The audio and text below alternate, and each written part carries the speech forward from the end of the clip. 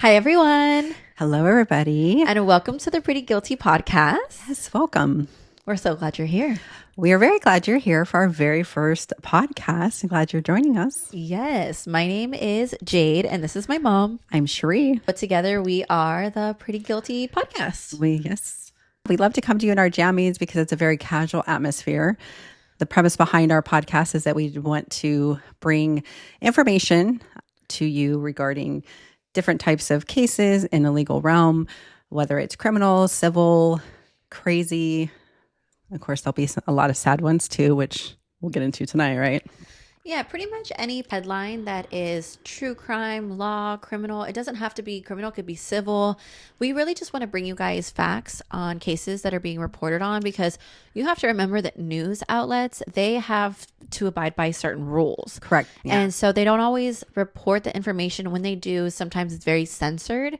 And we just really want to look at the factual side of these cases, and we really want to break it down for you guys in not a yappy way. We don't want to be two girls just yapping. Yes. We really want you guys to leave our podcast thinking that maybe there's a new perspective. Maybe there was terminology or court documents that you didn't understand that we could explain to you that helped you guys understand what's going on. And that's super important to us, that we bring knowledge and facts to especially very tragic cases.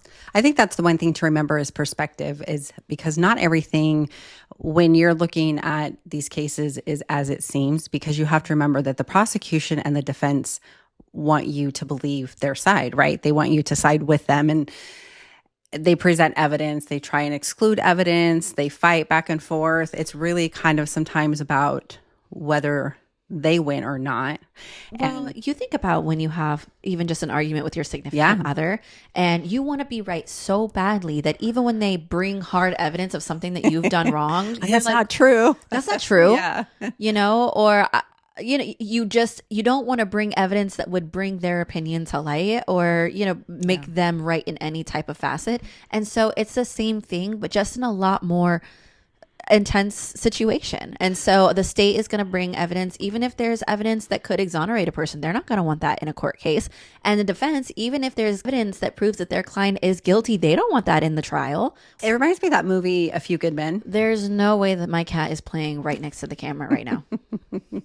It's not the time. She's like flashing lights. Oh, she's making her pretty guilty debut. Yes. She says, I'm pretty guilty of interrupting this podcast. Miss Piggy. No, now my cat's meowing at the ceiling. I will let her out real quick. Let's do that.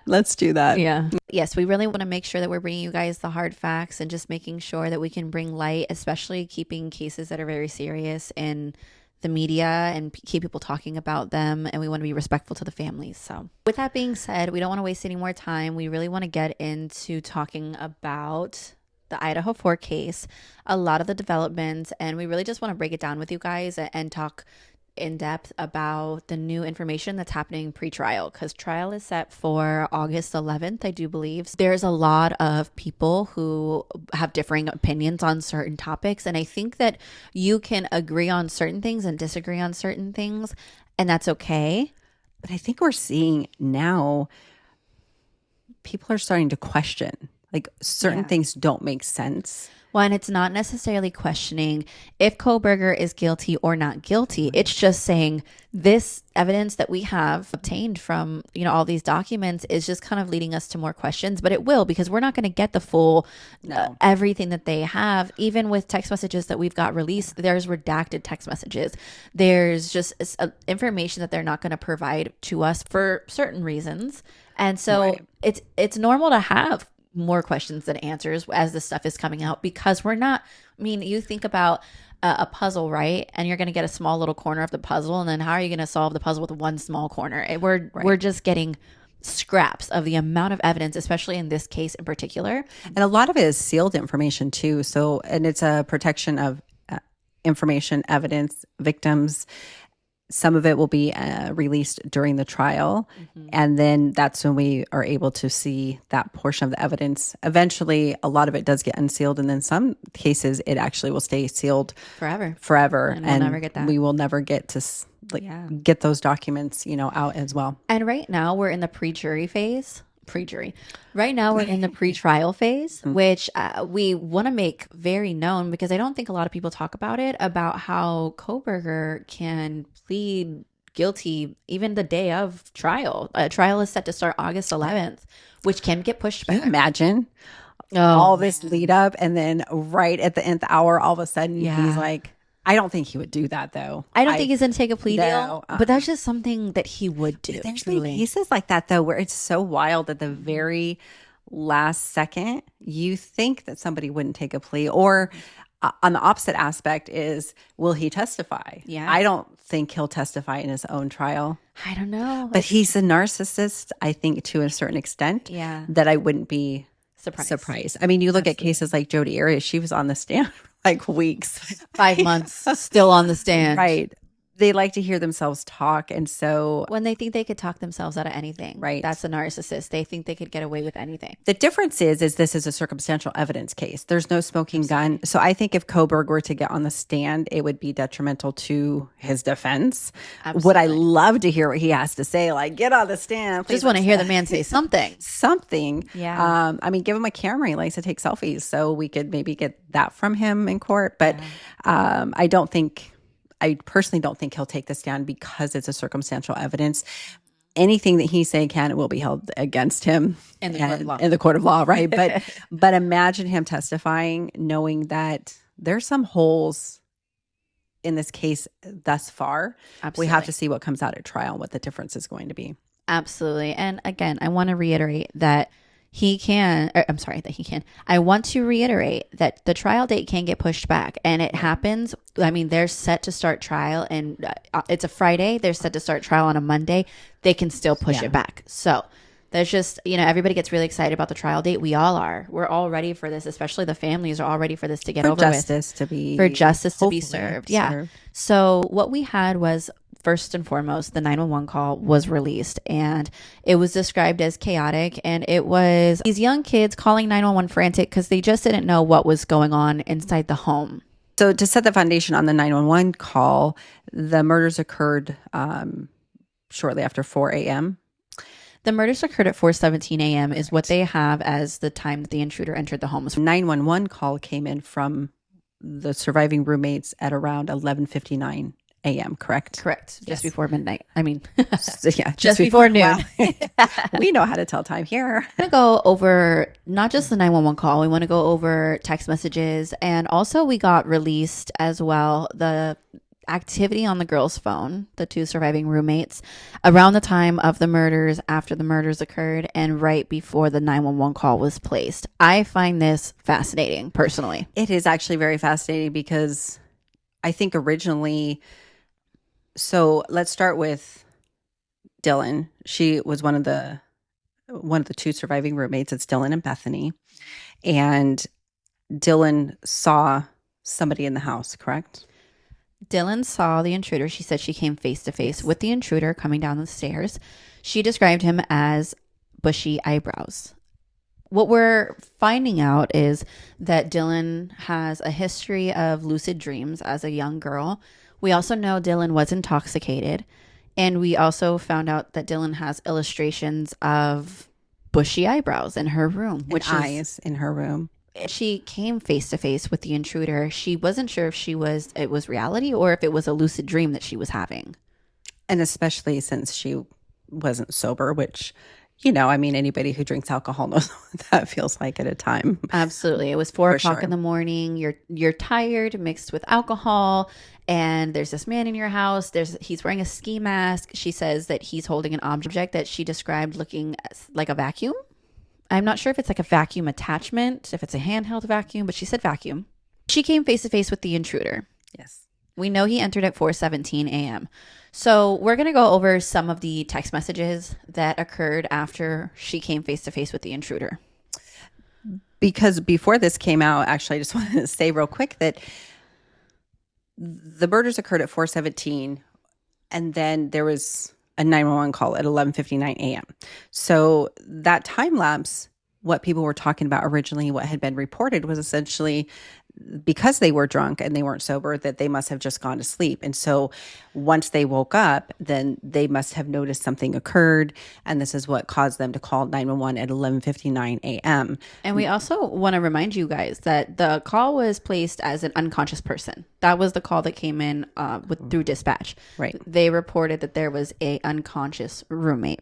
Let's go ahead and start with the activity from that morning, starting at 2:10 a.m., which I do find very interesting. And it is Dylan. She texts the Uber driver, which is famous in the town for being a rideshare. That's the word I'm looking for. How do you get famous as an Uber driver? That's what I would like to know. Yeah, notoriety. So Dylan at 2:10 a.m. texts the Uber driver, inquiring if he was driving, which I do find very interesting that this was relevant enough to put in here, because that's at 2:10. This is 2 hours before the murders occur. Do you think this was somebody that she was interested in? She had a boyfriend at the time. I mean, that's so bizarre. It's very interesting. At 2:53, Madison Mogen calls Bethany Funk, which I would love to know what the nature of the call was, why Maddie was calling Bethany, and if Bethany picked up that call. Yeah, we don't know if she actually answered the call, which would be interesting to see if she did, because that would tell a lot of activity. I mean, they would give activity of her at that time. But yeah, I believe she was still alive at that time. At 2:53, she was still alive. Correct. Yeah, all of the roommates were at the home at 2:53. Yeah, by 1:45, all the roommates were at the home and accounted for. Absolutely. Yes. At 3:51, Dylan creates a new contact in her phone, which a lot of people have found very interesting that she did. Yeah. I mean, again, the Uber driver, like, are you driving? And then somebody creates a contact in their phone. Just a lot. But college kid things. I still think it's just college kid activity. I'm not thinking that it's weird. I just think it's interesting that it's entered into the discovery. So at 4:19, this is 2 minutes. The intruder enters the home at 4:17. So 2 minutes after that, Bethany Funk calls Dylan. 4:20, Dylan calls Xana.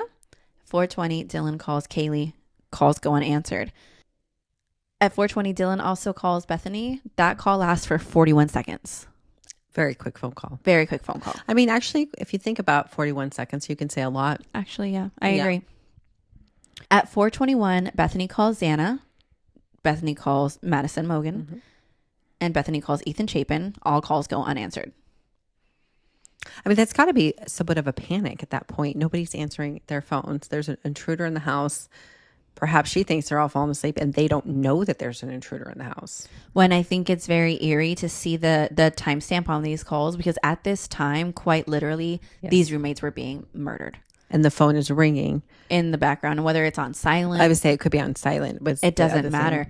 These girls are getting phone calls and text messages as they're being murdered. And that is haunting. And Ethan, the boyfriend, which is Xana's boyfriend, was there too as well. Absolutely. Yep. Yeah. At 4:22, Dylan texts Bethany. No one is answering. I'm really confused right now. Dylan then texts Kaylee and says, Kaylee, what's going on? Bethany sends an outgoing message on Snapchat at 4:23. At 4:23, Bethany says to Dylan, yeah, dude, WTF, Xana was wearing all black. To which Dylan replies to Bethany saying, I'm freaking out right now. No, it's like ski mask almost. Bethany replies, STFU, actually. Because that exchange, Bethany's trying to tell Dylan, well, Xana was wearing black, so maybe that's who you saw. And Dylan saying, no, there's like a mask over the face, describes it as a male. She says he had something over his head and mouth. So possibly Bethany is saying, well, Xana was wearing all black. And Dylan's like, no, it was a man. He had a ski mask. Yes. It was over his, yeah. She's like, I know what I saw. Absolutely. Yeah. Dylan texts Bethany, I'm not kidding. I'm so freaked out. Bethany says, so am I. Dylan says her phone is going to die. Bethany says, come to my room, run down here now. Dylan calls Ethan Chapin at 4:24. Certainly she's calling him, trying to be like, hey, you're the man. Certainly you have some answers as to what's there's going on. There's an intruder in the house. Something's going on. At 4:27 a.m., Dylan sends outgoing messages on Snapchat, 2 of them. At 4:27, Dylan calls Kaylee, Xana, Maddie. Bethany calls Maddie, Kaylee. The calls go unanswered. Dylan sends a text to Kaylee. Bethany accesses Snapchat. Was Dylan in Bethany's room at this point? We're not certain. We don't know if she, at this point, she's told her to come to her room though, correct? So Bethany says, come down here, run to my room at 4:24. So from 4:24 to 4:37, we don't know, but we can, I guess, imagine. Because now there's no more correspondence between Dylan and Bethany. Now it's them trying to call all the other roommates. Like they're together. Bethany's calling Maddie. Bethany's calling Maddie. Bethany's calling Kaylee. Bethany's calling Kaylee. Dylan's calling Kaylee. Dylan's calling Xana. Yeah. I will say she doesn't understand to what magnitude of what's happening in the home. So she may think he's an intruder, just wants to burglarize the home and steal some things. Well, because remember, Dylan says that she hears Xana whimpering and then she hears a man say, "It's okay, I'm here to help you." That's correct. That was something that we did not say earlier. So that's important information to know too. So she did hear something, right? I find it very interesting because now there's a 3-hour window where there's nothing. Do we think it's redacted? Yes. Do I think the girls went to bed? Absolutely not. No, not after that. I don't. Who falls asleep that quickly too? I mean, granted, I understand especially when you're intoxicated. When you're intoxicated, you can fall asleep very quickly. I get that, but there's a lot of commotion, a lot of like where they're clearly concerned. Yeah, that they're not answering their phone. Well, you would think that they would be concerned, and they were showing activity that they were. But then keep going. So this is where it gets really interesting. So there's a 3-hour just blind spot. And then at 7:30, and it picks back up at 7:30. So at 7:30, this is what I find really interesting. In the next half an hour, at 7:30, Bethany calls her dad. 30 minutes later, she calls her dad again. At 8 o'clock, Bethany calls another number. 1 minute later, she calls home. 8:02, she calls her mom. So from 7:30 to 8:02, she makes 6 phone calls to her dad, her mom, another number, and she calls home. I believe they all go unanswered. There is no proof of that. But the way that this call pattern is, clearly nobody is answering because she's like, hello, somebody answer. Yeah, because it doesn't give us the time. Well, I mean, 8 o'clock, she calls her dad. 8 o'clock, she calls another number. 8:01, she calls home. 8:02, she calls her mom. That's showing that nobody's answering. Right. I was going to say, it doesn't show time as far as the, like, right, how many seconds. Right, how many seconds. Each phone call yeah, that's what I meant by that. But at 8:09, Bethany's dad does call her back. And at 9:04, her mom texts her back. Where do her parents live? I forgot that part. I believe Nevada. That's what I thought it was in Nevada, right? I believe so. Okay. So I think they're on the same time zone. So because I was thinking they could still be asleep too as well. Yeah. At 8:05 to 10 a.m. So there's 2 hours. Okay, 5 minutes, right? But 2 hours, essentially, Dylan is on Instagram from 8 in the morning until 10 a.m. At 8:41 to 8:42, Bethany takes photos, plural, multiple photos. For 1 minute, she's taking photos, multiple. Is it of herself? Some people have speculated it's of the house. People have speculated that something was up and Bethany was taking photos of that. If she's taking photos of herself, it shows a pattern of non-urgency. If she's taking photo of some type of evidence or things like that, I could understand how that would be suspicious. So either way, it's very interesting. I don't think their activity, from what the information that we have, we don't really know and can't say at this point what they're thinking, what they're doing. But when we're dissecting information, the activity in that doesn't make me think that she's in panic mode. Well, I mean, she just called her parents 6 times. She's in panic, but I'm just saying the difference of that time frame from the 911 call is interesting because when you call your parents, that's me panic calling. If I'm calling back to back, because I call you, and then I call your other phone, and then I call my dad, and I'm like, why are they not answering? What else do you have to do in your life except? And mind you, you have to remember this is after a night out of drinking, and this is 7 o'clock in the morning. I guess because I know where you're going with the rest of the text messages. So I digress. Let me let you finish first because then it'll make sense what I was saying.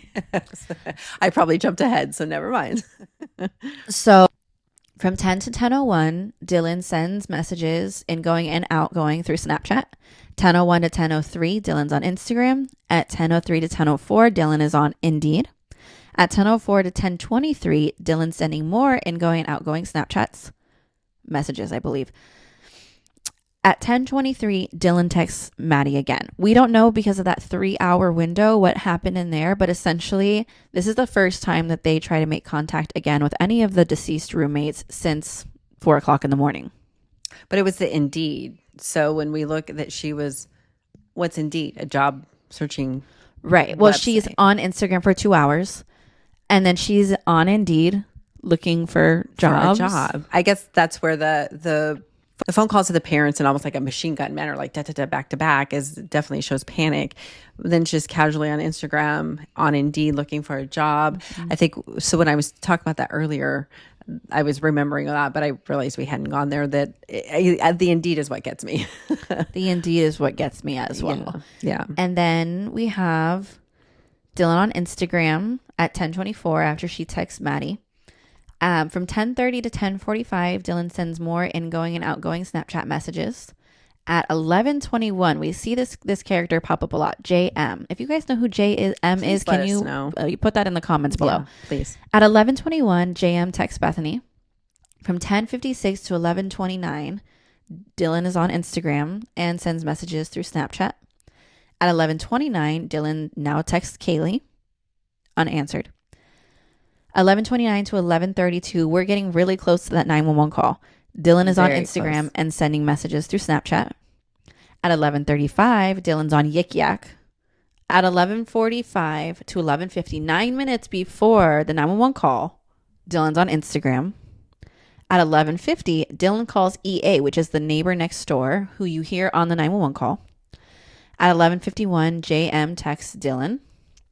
And then there is 1, 2, 3, 4, 5, 6, 7, 8. And then there is 8 text messages between Bethany and JM from 11:51 to 11:53. So they're texting back and forth very quickly.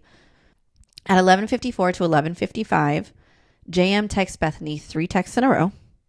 At 11:54 to 11:57, 2 minutes before the 911 call, Dylan is on Instagram.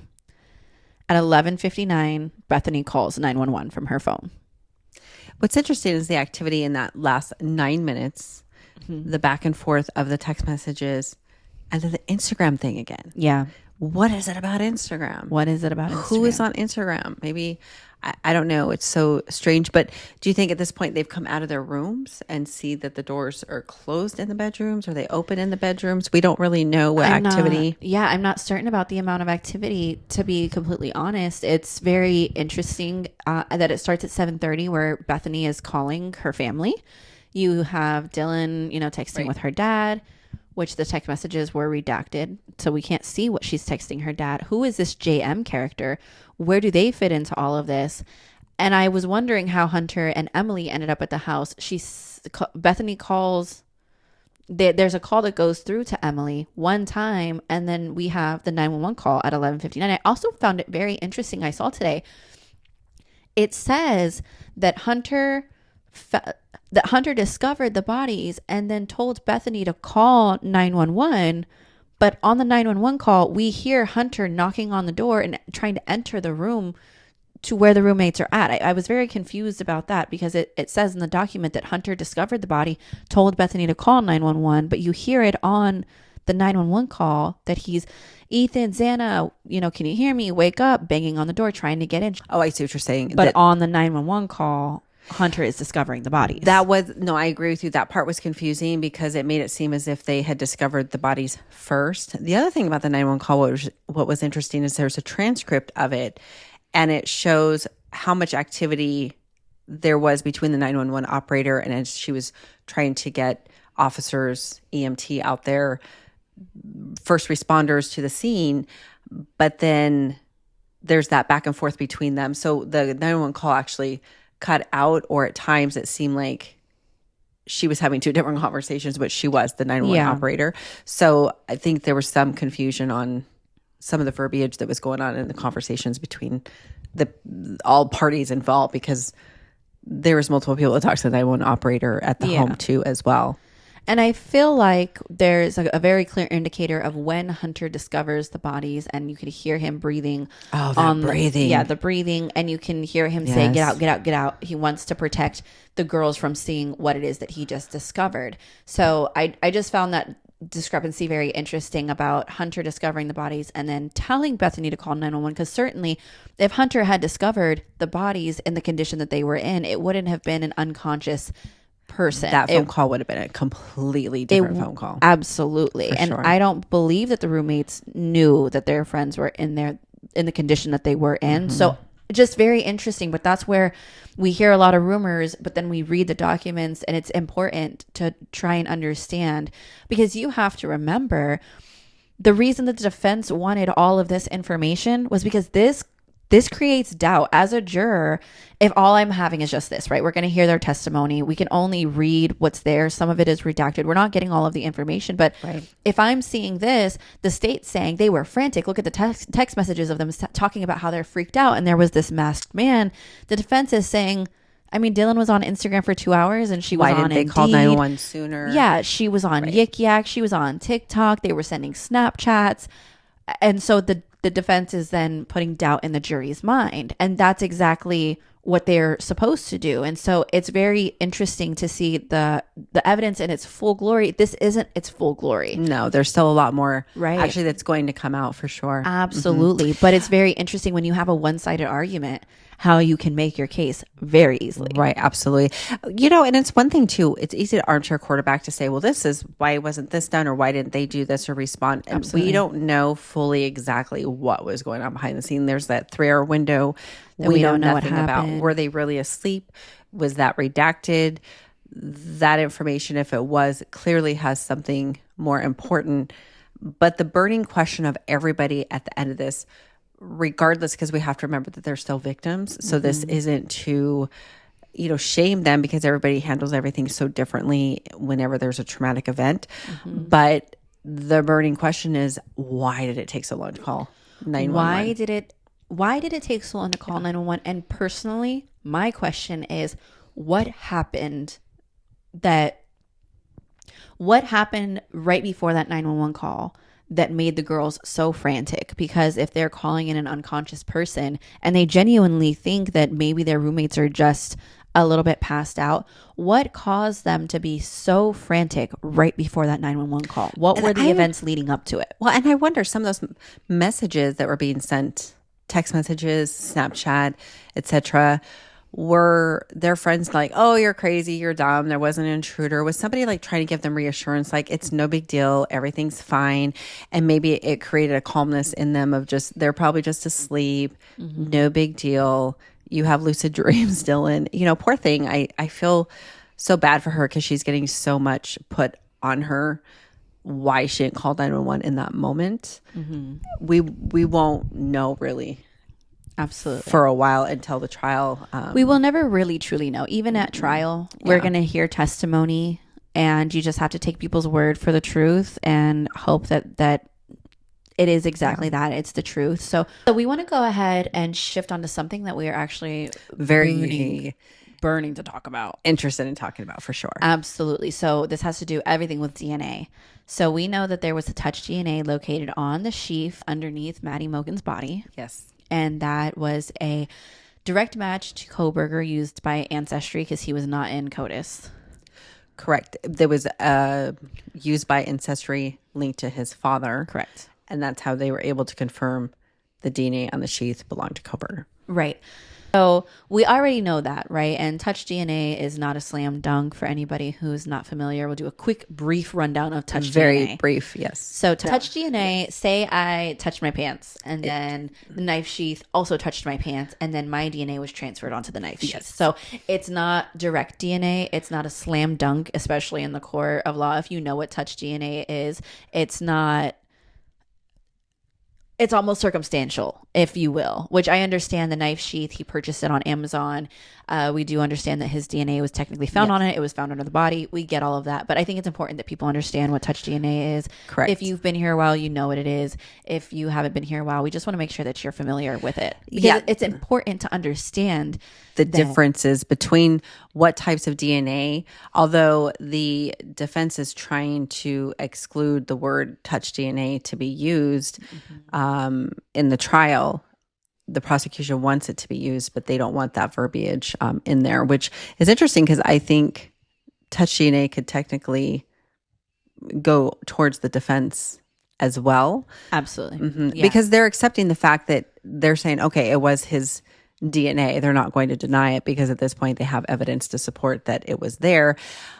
It's a weaker kind of type of DNA, but at the same time, touch DNA has been effective to solve many, many, many crimes for sure. Yeah. Just it's a sliver of DNA of hope that transfer from something to another that has led people. Well, I think this is also a purely circumstantial case. And so had that touch DNA been a bloody fingerprint or even just solid DNA, saliva, anything that could possibly be tangible DNA, that would be a bit different. But with an already circumstantial case, and then you just have touch DNA, it just doesn't help give that slam dunk feeling. No, because it's almost as if, like you said, you touch something and then you could brisk it with your hand or just barely brush it, and then next thing you know, you're behind bars for murder. Yes. Don't touch anybody. No, just kidding. Yeah. So that's the difference in the DNA. It's not as strong of evidence, but can still be used effectively. Absolutely. In solving crime. So we don't want to discard it and make it seem like it's not that big of a deal. But it's important in this case because then there's different other types of DNA that was procured through a drop. It was a blood drop on a banister. On the handrail of the staircase. Correct. So why it's important for us to talk about DNA, particularly in this case, is because of the discussion around the touch DNA. Detectives found blood DNA on the handrail, but decided not to continue to further investigate it. Correct. So when they tested that blood, it was just like a drop, very small. It's more like splatter, not a fingerprint. It wasn't like a fingerprint. Correct. It wasn't. So when they tested it, it didn't come back to Kohberger. It came back to like unknown male B, unknown male D. So there wasn't necessarily a match in CODIS. And so what we have learned through the hearings and the transcripts and reading them is that they didn't go any further. They had Kohberger at this point as a suspect.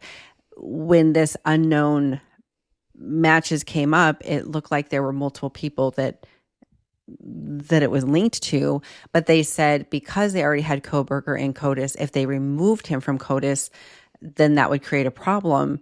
And so they're like, well, it feels like they were saying, well, we already have our suspect. Is what we're going to roll with it. We're just going to roll with it. We're not going to go down anything else because at this point there's enough for probable cause. But the argument here is, regardless of if it was Kohberger's DNA or not, that's not what we're talking about, because the DNA didn't come back to Kohberger. We understand it. But isn't there some type of due diligence or a process where we have to make sure that Kohberger is the only person that was involved in this? How do we know that blood wouldn't be linked back to an accomplice of this crime? And so we feel like maybe there was some processes that were missed in that sense. We're not saying that it's not Kohberger's blood, so he didn't do it, but was it thoroughly investigated? We've seen investigations that were botched and people get off because of that. O.J. Simpson. O.J. Simpson is the poster child of a botched investigation. They John tainted Benet that Ramsey. crime scene. John Benet Ramsey. People are getting off for murder for stuff because they're not doing the proper investigation. And the other issue with it too is that they have somebody else that could have been a suspect, and they need to I feel like they need to explore all exhaustive measures. As a private investigator, if I'm out on a case and I have some evidence, I'm not going to leave that crumb here, because maybe we have a bigger crumb that looks like this could be the potential, but we need to look at all facets, because sometimes the most obvious is not really the obvious. And so it's unsettling to me that they didn't even explore it. I'm not trying to say that Kohberger isn't guilty, because we don't know. It's innocent until proven guilty, right? And we have to see all of the evidence. But that little crumb is left out there that I don't know, in my mind, it wouldn't resonate that, what if we got the wrong guy? And I don't think that it helps that Maddie Mogen had 3 DNA profiles under her nails that did not link back to Kohberger, which again does not mean that Kohberger is innocent. But how do we know that there was not another person involved in this crime if that DNA evidence is not going to be further investigated or looked into? And remember, guys, this also, the blood on the handrail, there was like 70 plus people in that house the night before this occurred. That was one of the things that we didn't talk about, is that it was very common for them to have parties at their house, 70 members, like people showing up. Kohberger could have been in that house the day before. The cops were always called, well, not always, but several times for Cops noise. have been called multiple times To their home. So it was not uncommon for people to be inside their house. Unknown people. Do you think they knew every single person who was in their house? I mean, no. Well, Kohberger, they're gonna say, how do you know that Kohberger wasn't in that residence prior to the crimes being? Because I mean, certainly they're having these house parties. They aren't accounting for every single person inside the house. People can come and go as they please, and that's what Kohberger's defense is definitely going to argue and say, well, yeah, he was in the house before. It was a party town. Who cares if the people who lived in the house are saying they did or didn't know if he was there or not? That doesn't mean he wasn't, which is valid. But blood on the handrail, it could be anybody's from that night before. So we're not saying that because there's blood on the handrail that means that there was somebody else involved or that it wasn't Kohberger, but to do the due diligence of investigating it is what's important. On the flip side of the coin, playing devil's advocate, because they had so many people in their house, somebody could have cut themselves on a beer bottle or something, and they drip blood on that railing. So we don't know where that really came from. But that's the problem, is we don't know where that came from. And they didn't explore that. In the name of DNA and what we're talking about here, there's so much DNA in that home that for them to come to the conclusion of a suspect so quickly, to me, I've always found very interesting, because if there were 70 plus people in that house the night before, to narrow it down to just one person so quickly I mean, you have to search that home with a fine-tooth comb to find any possible DNA.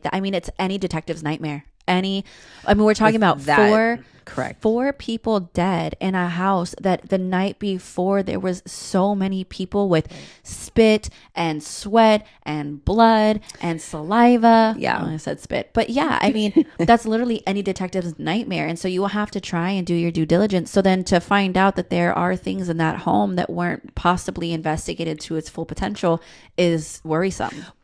Let's not forget, though, when this first happened, people were in an uproar because they felt that the investigation was taking too long. Correct. They're demanding for them to bring forth a suspect. They wanted to know who did it, why it was taking so long. And then now we're looking at this going, gosh, you really should have taken more time.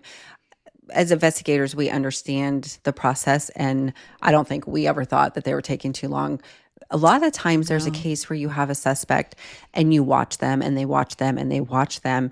They're gathering information, which is exactly what they're doing, right? Yeah. So I think we understood that. And so you don't necessarily get the suspect right away, but the public was demanding it. Well, but like my mom said, it's important that you don't rush these things, because this is how people get wrongfully convicted. Yes. This is how messy investigations happen and non-thorough crime scenes are conducted, and it's that urgency, and it can make an investigation very sloppy. Well, the question in the beginning too, and that's how people end up getting off. Right. Even if they did do it, if Kohberger did do it, that's how he ends gets up off. O.J. Simpson. Yep. Hello. Listen, poor Nicole Brown Simpson. That was awful, devastating. The last thing I want to say on it is that I feel like we just think the families deserved to know. Absolutely. But we have to not be so quick to want an answer, because then the pressure is get somebody out there who is the suspect, because people question in the beginning if he did it by himself and maybe he had help. We just have to always be cautious of trying to demand answers too quickly, because maybe the answers need to take more time. What's important is justice for the victims over us, all of us, armchair quarterbacks wanting answers. We need justice for these victims and for the families. And that's what's most important more than anything else. So real quick, the fear is that the longer the investigation goes, they don't want it to be a cold case. Absolutely. And I get that for sure. But you knew they were on to something. Absolutely. Yeah. You know what? In a college town with college kids, they're on their phones. There's way too much data out there. Ring cameras, surveillance cameras at gas stations. There's that transcript of one of the lead investigators that was working with the FBI, and he, in his testimonies, as he's doing his testimony in one of the hearings, he talks about all the different cameras that they were using, which is interesting, because I remember you and I were like, okay, when this happened. we were trying to Mapping it out. Mapping it out. We're like, okay, there's going to be a camera there. There's There a will gas be station camera on this there. corner. Yeah, like Every exit out of that neighborhood, we're like, okay, there's a camera on this street, across the street here. They usually have one at a cemetery. Like, I don't know. I mean, we're just at a point we're ready to be like, okay, we're going to go up there. We're driving out. I want to drive out. Honestly, yeah. We're like, we'll go help this investigation. They don't want us, but they didn't need us, but allegedly. No, just kidding. I know, right? The last thing that we really wanted to touch on before we end this podcast is the Amazon purchases. You say packages? Anyways, talk about before we end the podcast is the Amazon purchases that Bryan Kohberger made. Yes. Which included the knife sheath, which Kohberger is saying was his. Correct. And the K-bar knife. K-bar. I think it's K-bar. And the K-bar knife, as well as a K-bar knife sharpener. Correct. Those are the important ones, I would say. That I think those are the most important too to touch on. Otherwise, we could probably be here for another go hour. down a rabbit hole of Amazon purchases. We don't have too much time to talk about too much more. But what do you think of it? You know, I really don't think the purchases itself separated outside of what's going on is abnormal for people to buy things like that. I mean, they're in Idaho. Exactly. Right. We're in Idaho with a very small population, very country town, country folk who like to hunt and fish and just have weapons on them. And so it's not unusual to have those type of things. I feel like it's very normal. I don't know that outside of the situation we'd question it. Correct. Right. I mean, my dad, you should see an arsenal of tools and things. And people would be like, why does he need so many tools? I don't know. I'm just a girl. Yeah. And on the girl side, I'd be like, why does she need so many shoes in her closet? And I would say, because no two are alike. Absolutely. So I think sometimes, given the circumstances of the case, these purchases seem outrageous. But if you look at it outside of the case, they're actually very normal. Yeah. How do you feel like Kohberger's defense is going to handle these Amazon purchases?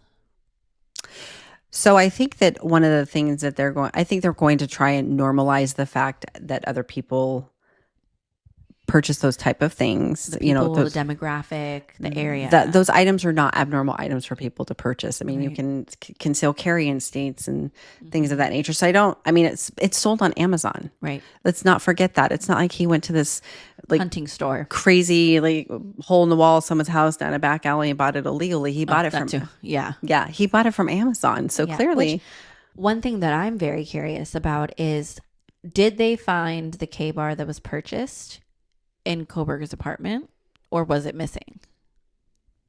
So I do know the defense, when you look at the documents and what they're saying in court in the hearings, read the transcripts, part of their defense is that just because he had the sheath, let's take that for the item, obviously, because it was found in the home and it was tied to him with the DNA. Just because he purchased that doesn't necessarily mean that he's the one that took it into the house. So my question is, where did he lose it at? Right.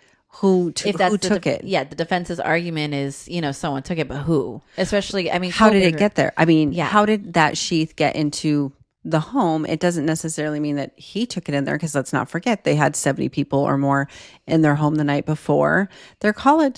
Those are college kids. Kohberger's older, right, than them. Yeah.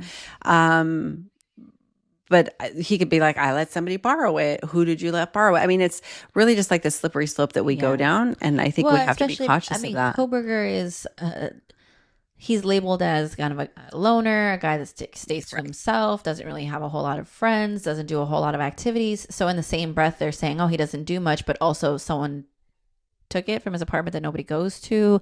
Yeah, he took it with him to hang out with friends that he doesn't have. I mean, it's just... I don't think it's abnormal for him to be carrying it with him when he goes somewhere. Like, oh, he opened his car door and it fell out.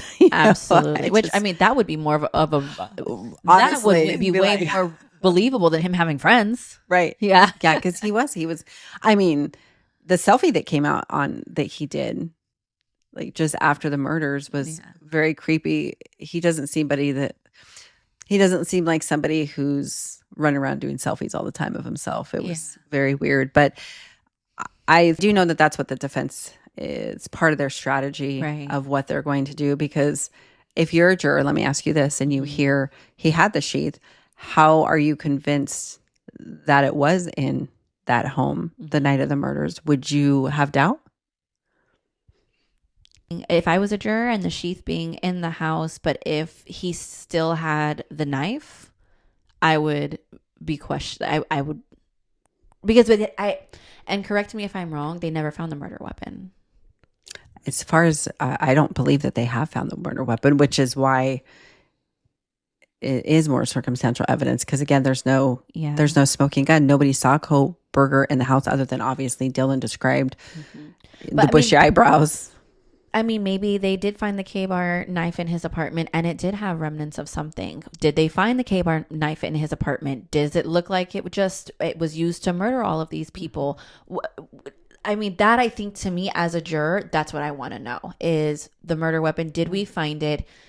Did we not find it? Did the K-bar knife that Kohberger purchased on Amazon, was it found in his apartment? And just because it was found in his apartment, it doesn't mean it wasn't you. Like, I think there's still so many unknown questions about it. But that aspect alone, I think, has a lot of questions and holes in it. I mean, both the defense and the state have holes, but we also know such a minute amount of evidence that's out there. The selfie is taken at 10:30. His phone pinged at his apartment at 9:30, I believe. I'm not certain about the drive in the nighttime looking at the stars. Aimlessly driving. It doesn't make me feel convinced that he's innocent. So I can't wait to see what else continues to come out. We're in that pre-jury that pre-trial phase where we're about to get a ton of evidence. But again, we have to do our due diligence by looking through it, but also remembering that we won't know a ton of evidence until trial comes out. And then even at that, there's going to be so many answers or so many questions not answered. Super quickly, this is the ideal case of where people are starting to question certain things, not necessarily saying that we're going to say he's innocent. Just 2 + 2 doesn't equal 4 on a lot. Yeah. And you're starting to see a shift of people now questioning. And I think that's good to question. I think that people, I want everybody to 100% just look at the facts. Yep. And when we look at the facts, you should question things. If you are just on a herd mentality, it means you're not listening to how we get answers. I know, like, you don't like it when I ask you a lot of questions, how I get answers. We can't even get into it. But well, this is where we're going to end the podcast. We actually have some viewer questions that we want to get to. We just don't have time right now because there were a lot of questions that we want to answer for you guys. So what we're going to do is make some more of these videos. Yes, make you guys come back. Hopefully. So thank you guys so much for tuning in. Thank you for supporting our podcast. I hope that you guys continue to understand that we want to be really factual and thorough here and have a really open discussion. So please leave your guys' thoughts and feelings in the comments. Please be respectful of the victims. Nice comments their only. Families, correct. Yes. Absolutely. No bullying, but definitely open discussion. And we really appreciate you guys spending some time with us, and we hope that you come back again. Absolutely. Don't forget to subscribe to our channel. We're going to have our social media handles down in the description below. If you guys have any questions, feel free to DM us, comment them. We want your guys' feedback. If there's any cases you want us to talk about or any questions about Idaho that you want to know, please feel free to always reach out. We love our community. Tune into our next podcast. We don't know what we're going to talk about next time, but Karen Reed is coming up. Yes, so April 1st, her trial starts. We're taking a dive into Karen Reed. Locked in. Yes, a wild case for sure.